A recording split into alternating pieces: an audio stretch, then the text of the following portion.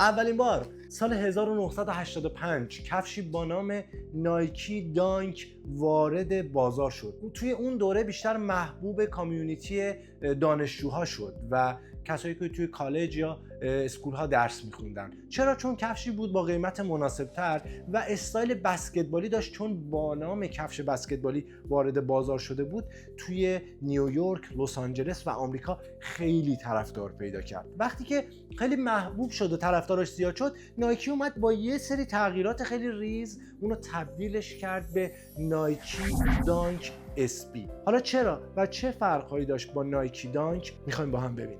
نایکی دانک اسپی تفاوتش این بود که اومد یه زیره‌ای گذاشت با استیکاک به زمین بالا و چسبندگی خیلی مقاوم‌تر.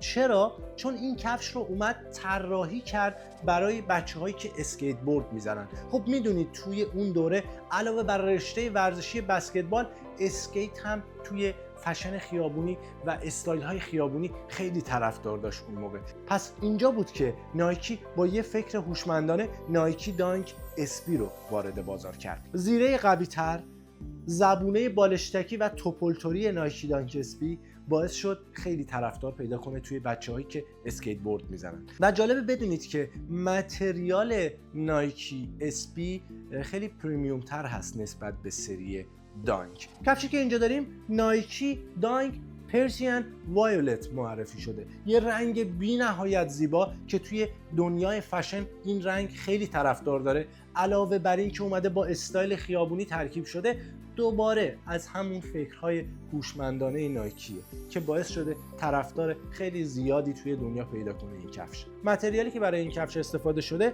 سوئد، جیر و چرم هست. سوش نایکی رو دارید، دو طرف کفش با رنگ قرمز که با متریال چرم کار شده.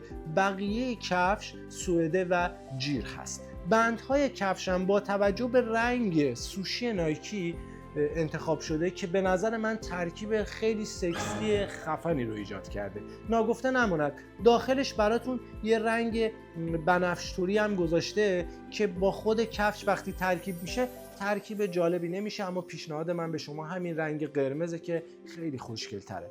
سلیقه‌ها با هم فرق. برای استایل های روزانه برای ورزش اسکیت بورد طراحی شده. زبونه بالشتک توری داره که خیلی نرم و اون اسفنجه نسبت به سری نایکی دانک خیلی قشنگ احساس میشه فرقش. کسایی که اسکیت میکنن بیشتر پا میزنن، از قسمت جلوی پا معمولا آسیب میبینن یا پاشون خسته میشه بعد از پا زدن مکرر. اما این متریال و این زبونه بالشتک توری باعث میشه کمتر قسمت روی پا فشار وارد بشه. نایکی دانک اسپی رو داریم روی زبونه با همون رنگ قرمز که باز به ترکیب رنگ کمک کرده واقعا. نوشته و لوگوی نایکی رو داریم قسمت پشت کفش که همیشه بوده و همیشه دیدیم. یک گام خیلی کرم رنگی اومده زیر این زیره مشکی، فوق‌العاده شده. من خودم طرفدار گام هایی هستم که نایکی با رنگ کرم وارد بازار میکنه که به نظر من خود نایکی هم این رو فهمیده. چرا؟ چون یه حس وینتیج توری و یه حسی که انگار این کفش در گذشته هم بوده به شما میده و این رنگ گام همیشه جواب بوده. نایکی هم که اینو فهمیده و داره قشنگ سوء استفاده میکنه. این کفش به نام پریمیوم وارد بازار شده که یعنی جنس و متریال بهتری داره که اینو وقتی لمس میکنید هم بله میتونید کاملا احساس کنید جنسش رو نسبت به بقیه سوئدها و جیرهایی که توی بازار هست. یه فرق ریز دیگه هم این کفش داره که وقتی شما نگاش میکنید اصلا به چشم نمیاد، فقط باید از نزدیک ببینید، لمس کنید و پاتون کنید تا متوجه بشید. قسمت داخل کفش پشت پاشنه پای شما دوباره اون حالت بالشتک توری که توی زبونه استفاده کرده رو اینجا هم استفاده کرده.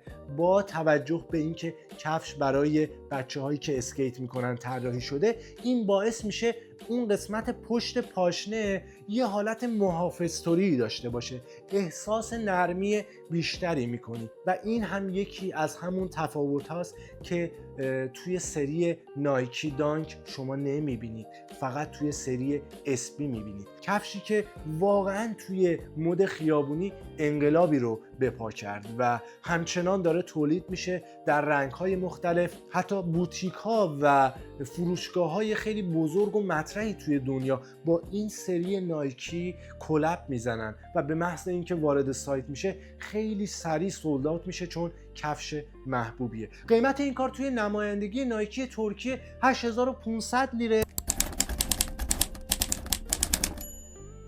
که به نظر من با توجه به نرخ‌های امروز کفش‌ها توی ترکیه خیلی قیمت عجیب غریبی نیست.